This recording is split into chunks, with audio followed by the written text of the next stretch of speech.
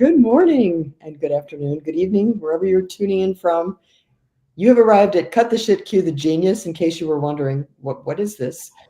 There's three people here. Dahlia is sadly not with us. She is on an airplane, but we are so lucky to have back Liz King Caruso, who's been out and about and running a business and a family and doing it all. You're doing it all, Liz.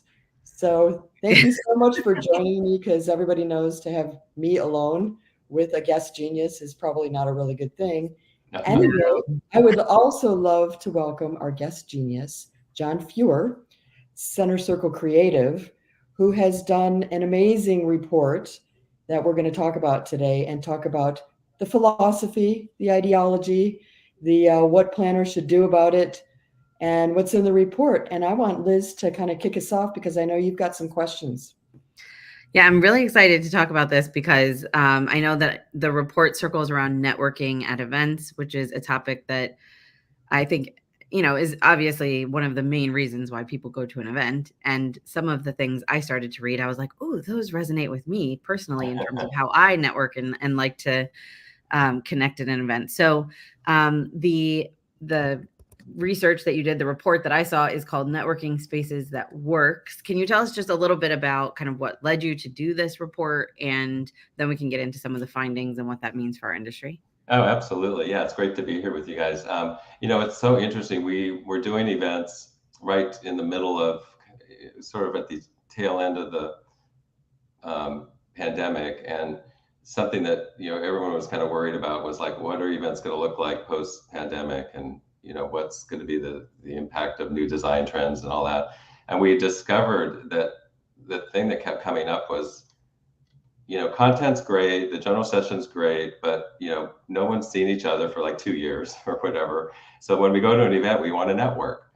And there was less attention put on the general session and the breakouts. It was more we saw this trend emerging, like, wow, everyone's into networking and we want a networking space. And so, as being designers, and we're human-centered designers, we started wondering, well, what really is network? What is a networking space? And, I think the industry uses that term so loosely and so lightly. It's like, well, okay, well, what is it? We're supposed to be designing for it, but what is it? So because we saw this emerging, and we saw everyone coming up with these funky names like, let's call it the hub. Let's call it the hive. Let's call it the, let's call it whatever. Like, what is this area that we're designing? So we decided to just really focus on this away from, the traditional spaces and say, well, what is networking? So it really led us to take and dissect all the events that we did, about 16 events in 2021. Let's see, what year are we in now? 2022. And let's dissect them and really do an observational research report to see what people are actually doing in the spaces that a meeting planner would call networking. So that really gave us this emphasis to say, hey, let's study it and see what it means. And to your point about post-pandemic, I think a lot of people are driven back to in-person events post-pandemic because they miss those connections. If anything, there was like content overload during the pandemic with everyone producing a billion virtual sessions. So it only makes sense to me that everyone is going back to, as I always talk about, the hugs and the handshakes. They want to like see people in person. Right. No, exactly. And so what happened is that we do observational research, which is a little bit different. It's actually really hard to do because it has to be unbiased and it's observations. And so we have a team of 2 people that actually would go at these events and we'd study the spaces that we would design. And it was great reflection on our work too, to say, well, are we doing the right thing? Are we designing the right spaces?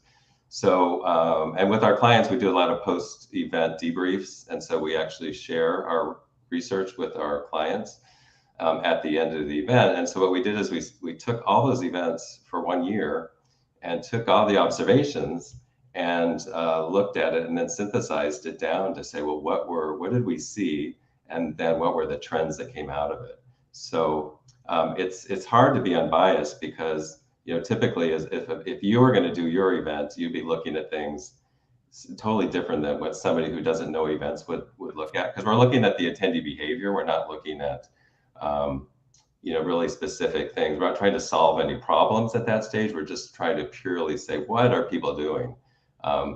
And sometimes you don't really want to know what people are doing, but you have to kind of look at the good, the bad, and the ugly. And you see these two people staring at you while you're just sitting there. Yeah, well, you have to be discreet. Can I just butt in, because are we talking about, the evening networking where you go in and there's like, I don't know, you go to the aquarium or the baseball stadium and you wander around and try and talk to people and it's really loud music and all that? Or are we talking about, spaces that are embedded in the event during the day that people sort of retreat to? Right. What kind of networking space are you talking about? Right. No, really good point. So we, as a CenterCircle Creative, we focus only on the business event side. So not the social side, not the parties and the social, because that, you're right, that is, sometimes the opening reception is the networking event. What I'm talking about are spaces that are dedicated, like an open foyer, could be a registration area, that is a networking lounge. Those some of the terms that we were hearing. I want a networking lounge. I want a central place at the conference for people to gather and network. So it's more about the business side of networking. And as you know, I mean, networking happens everywhere at a conference, in the hallways, at the parties. But what we are designing are really these more intentional spaces that a planner would say, I want a business lounge, I want a networking space, I want a registration area that is multifunctional. So those are the spaces that we observe. So we would design the space and then we would go observe and say, okay, we were tasked to design a networking lounge.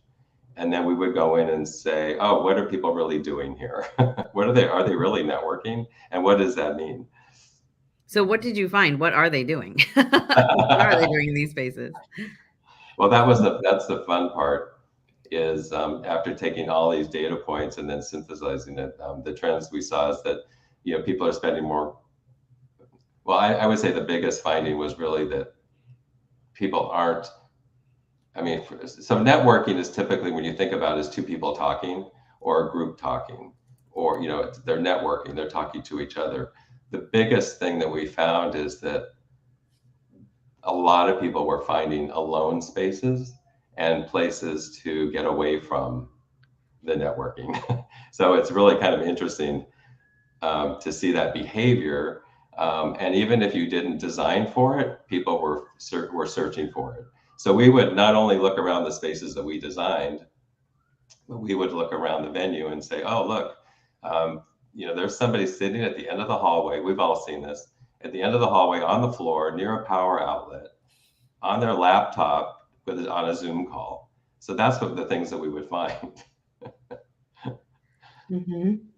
But did you sort of have a control? I'm really curious about the methodology, because to do it right, you'd have to have like a crappy space, see what people did in there, and then you have the like plush space with the like fluffy pillows and the comfy seating and the color coordinated whatever, like you guys normally create, right? So how did you understand how people were reacting to the environment versus are they just like, they just want to sit down and like chill? Right. Well, a lot of it is looking, like I said, not only in the space we designed, it's looking in the peripheral or around to see where people are, if they can't find what they're looking for. And that's a really good point, Michelle, is that, we would design, for an example, we really missed the mark with one.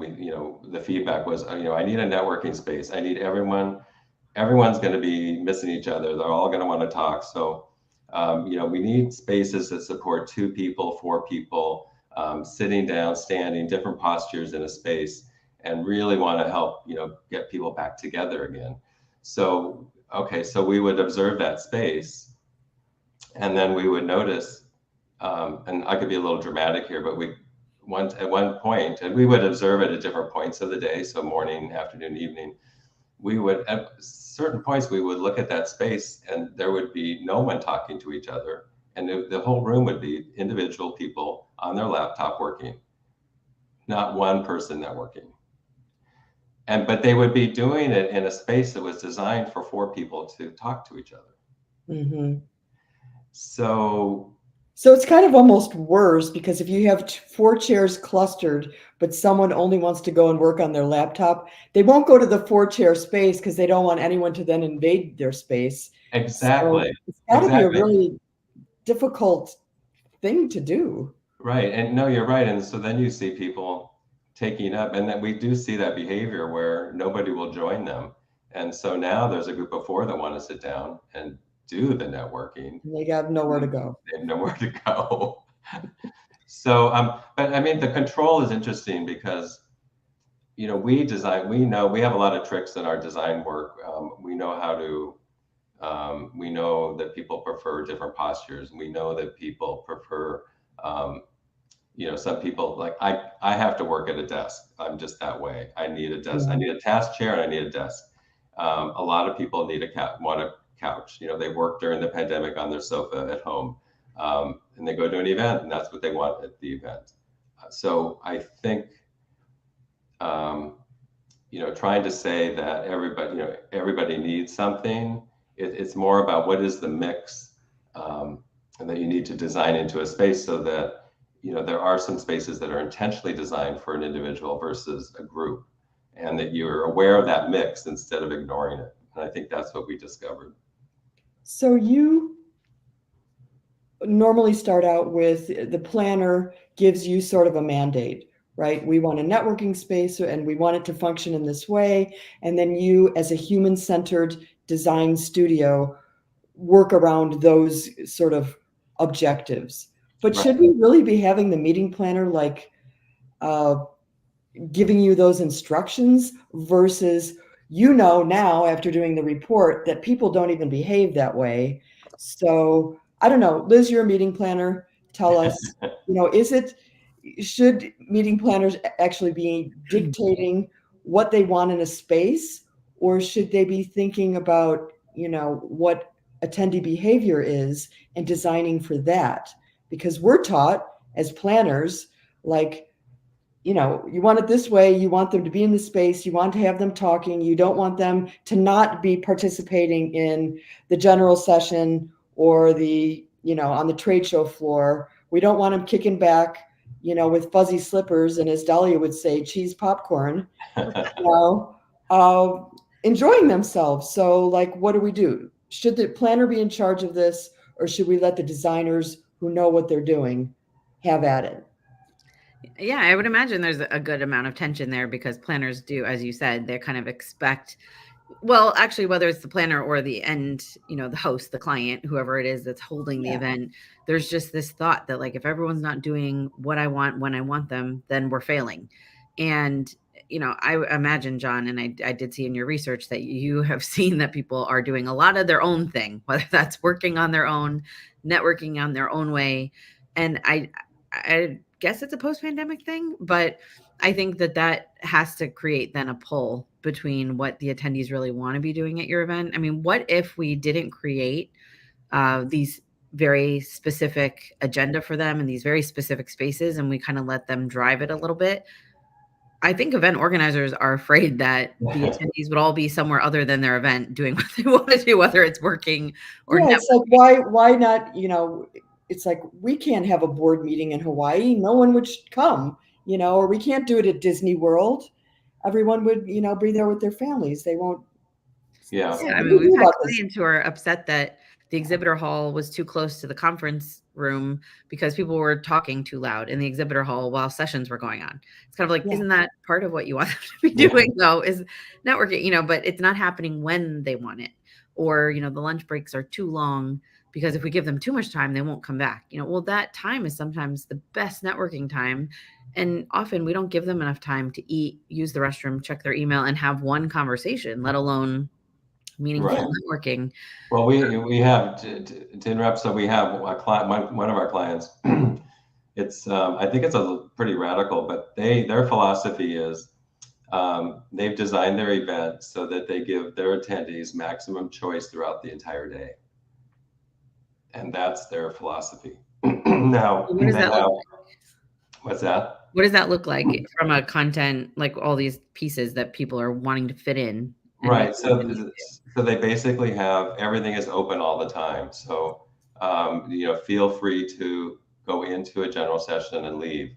Feel free to, they got rid of the formal meals, like the formal lunch. It's eat throughout the entire day. We have, evergreen snacks. We have lunch, extended hours. It's grab and go. And they want to give all the attendees the freedom to just navigate the event. They know, they do all the pre-promotion. They know what's available. And then they leave it up to the attendee to really plan their day, because it's actually a big, this event is actually, it's a big finance and deal making kind of event. So it's really important for people to do FaceTime, but and they don't want to interrupt that. They don't want to get in the way of them making or closing a big deal. It's a C-suite type event. But I think it's interesting to think about it, and I think it's a good challenge for people to think about, is give people more choice and control. I think you may be surprised what the outcome could be. People may enjoy it, and they may, they may come back if they're being supported. And I think that's my message is, how do you best support the individual versus trying to think too hard about, I have to get everybody to this general session. Mm-hmm. Laura has some really good comments, and I know Vivian's been putting them out there, but you're talking, Laura, our genius for today, that's very vocal about it, about what's the role of the venue if you can't make a comfy space because the venue just won't accommodate it, or not they won't, but there's just no way to do it that way. What's the role of the venue, the building, the structure, in terms of how you create these kinds of networking spaces that people want. And also, I'm curious, I mean, a Graze All Day event, I would think that would be the star of the event. I would put that in the promo literature. It's like, you can come and network and graze all day on food and snacks in a really comfy space. Right. Liz, as a fellow introvert, tell me, would that not be like the top? I'm so curious to watch an event like this and see where are the people then? How much of the, I think the great thing about an event like that is that the people are telling you what they want and they're showing you with their actions. And so you can kind of see, okay, this content didn't resonate at all, or this, this drew a lot of people. And I wonder how much, I'm sure they look at that data and then use that to inform how much are we giving and what kinds of stuff are we doing. And a lot of organizers don't have that kind of data. So they're just kind of picking like, let's try this. And then they force everyone to do that. And there's really no way to tell whether people like that or not, unless they buy another ticket the following year, which is crazy. Right. And it's really fortunate for this particular group. We've studied them for several years so that we know it's pretty granular down to, group sizes for conversations, 2, 4, 6, 8, how many, where. They grab a lunch, they grab a snack, coffee, or where do they go? You have to really follow that path.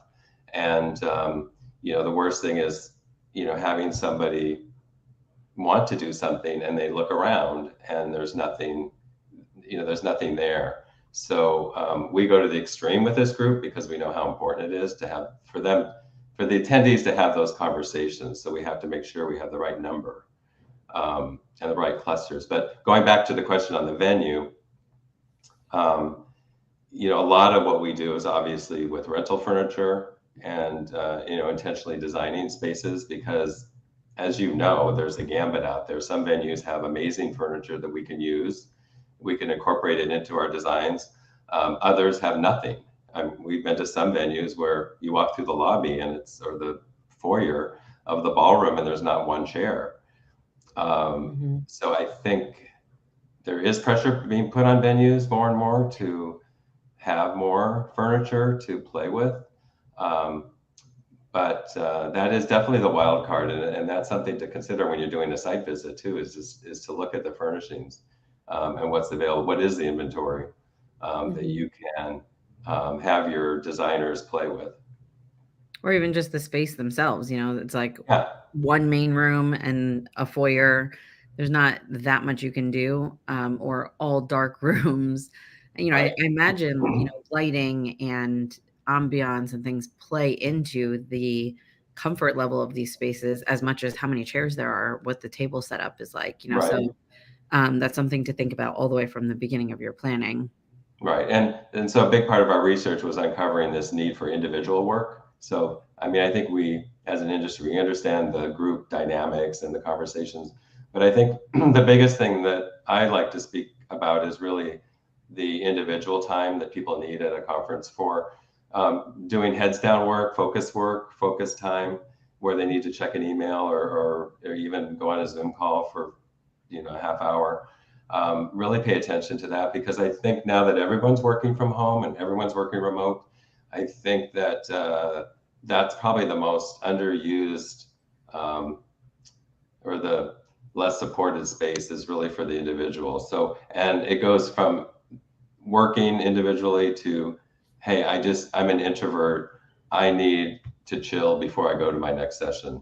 I need a quiet zone. We do see this trending to a lot of quiet Zen zones or quiet zones that are just maybe, and that's where you take the end of a hallway. You take, we go on site visits with all of our clients to really help them do space planning, because there's always a hallway, the dead zone, right? That you're trying to say, what do I do with this? Well, hey, it's a perfect focus area where you put some intentionally designed workspaces.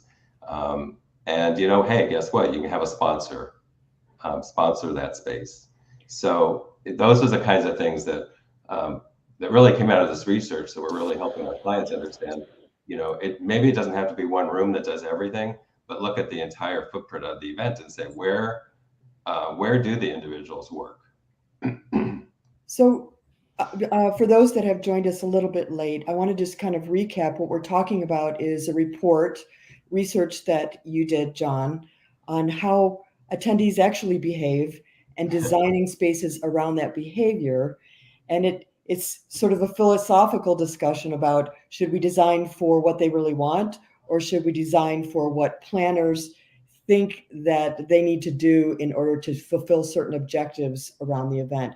But within that discussion is also planning for differently abled people in these spaces. So I wanted you to touch on that a little bit, John, if you could. It's not just about people that are introverts or different in a neurodiverse way. It's Right. also about planning for people that might not be they'll have different abilities, hearing and sight and mobility, things like that. So how do you address that in a human-centered way?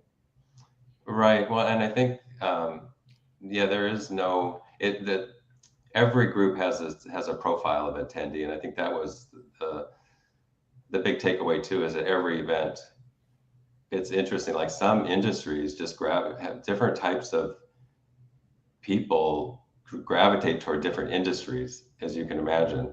And we've seen some of our groups where the majority are introverts, and then you'll see others that are like a sales event. Well, obviously, they're all alpha type A, just like, just off the charts, right?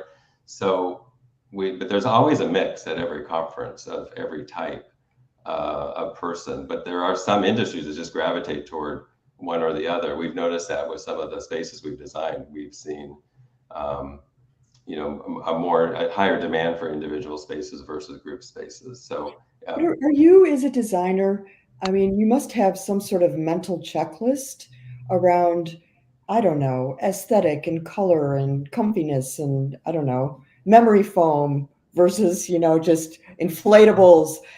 On that checklist is differently abled individuals, accommodating differently abled individuals. Because I'm thinking about the discussion that you inevitably have to have yeah, with the sure. planner. It's like, okay, I want 24 chairs, and I want, like a couple of clusters, and we want to do campfires and all this stuff.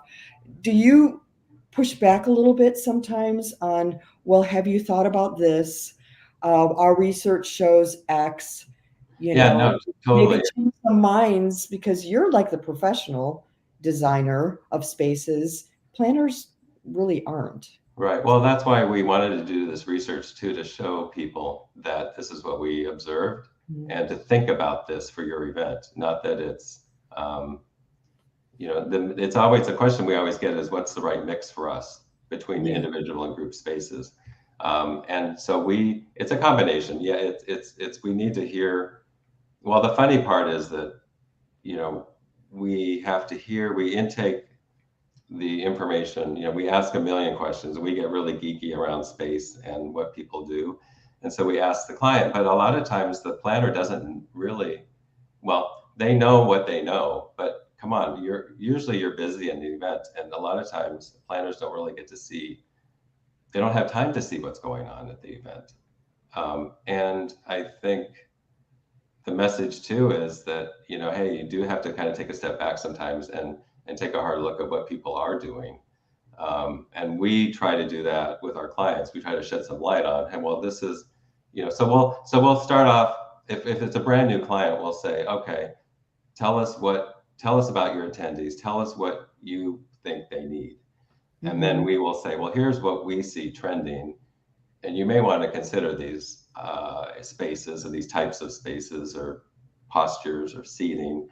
And then we come together, and then on the first event, we'll look at it together and we'll say, hey, did we hit the mark? Did we miss the mark? And, we're only as good as the inputs that we have. And then we go back to the drawing board. And the best part of it is we can iterate every year and we can say, Mhm. oh, okay, you know what? Nobody was socializing in the space. We better, what happened? And so we will look at it together as a partnership and say, how do we change this? What is going on? So it's definitely collaborative. I would say it's actually a fun process because it's very collaborative. And it's, yes, we are the experts, but we also know that the client's the expert with the knowing Audience. the attendee better than we do. So let's then get to the really juicy stuff. What's trending out there? I don't know, Liz, what are you thinking about? Are we doing Barbie? Is everything all pink and, fuzzy, other than just knowing that people like to work and be alone and stuff like that? What are these spaces looking like? What kind of furniture is in there? What's trending this year now?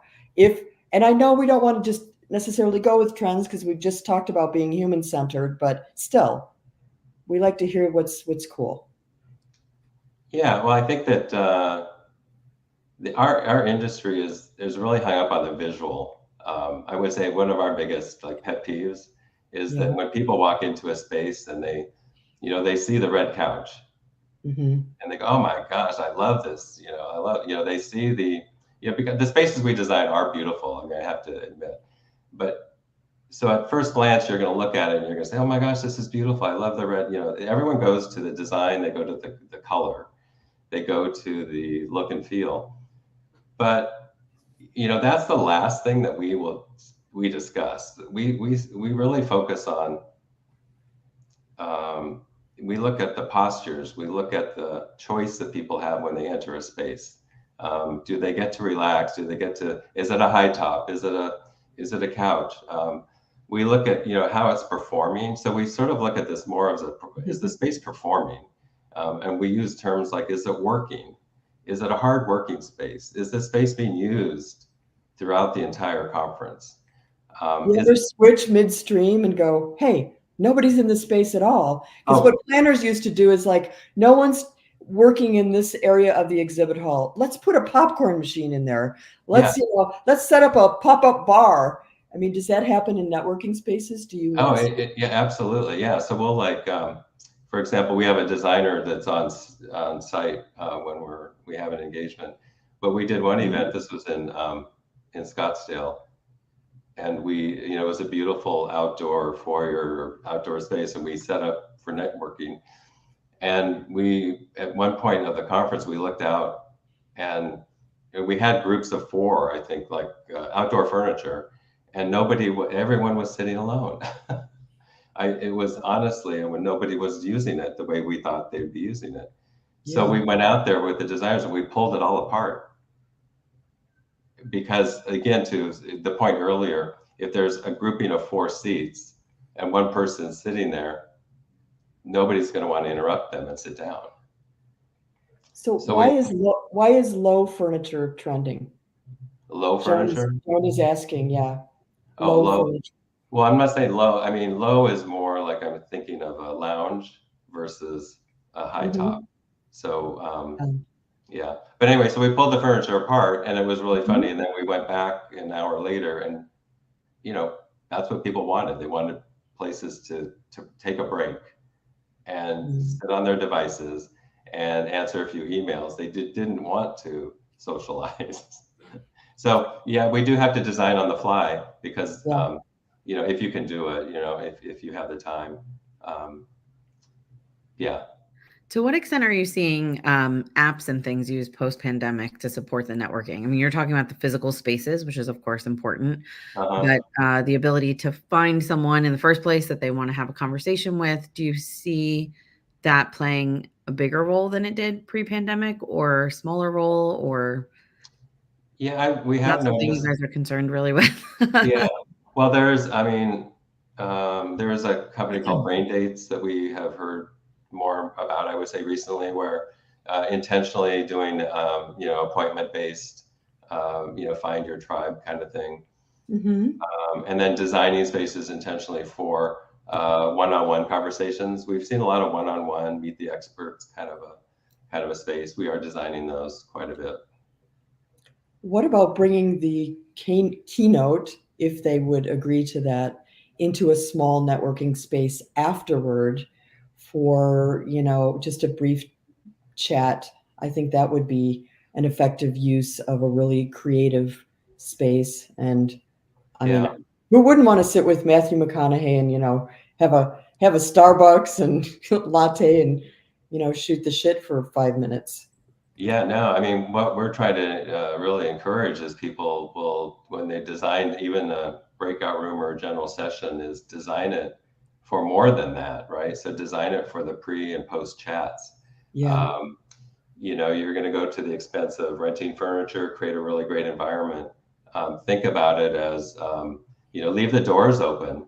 Even we've had one group where, leave the doors of the general session open so that people can go back in there and take advantage of the comfortable seating. So think about it. Don't think about it just as for that 1 hour or 2 for the general session. Think about it as a multi-purpose room. It sounds great.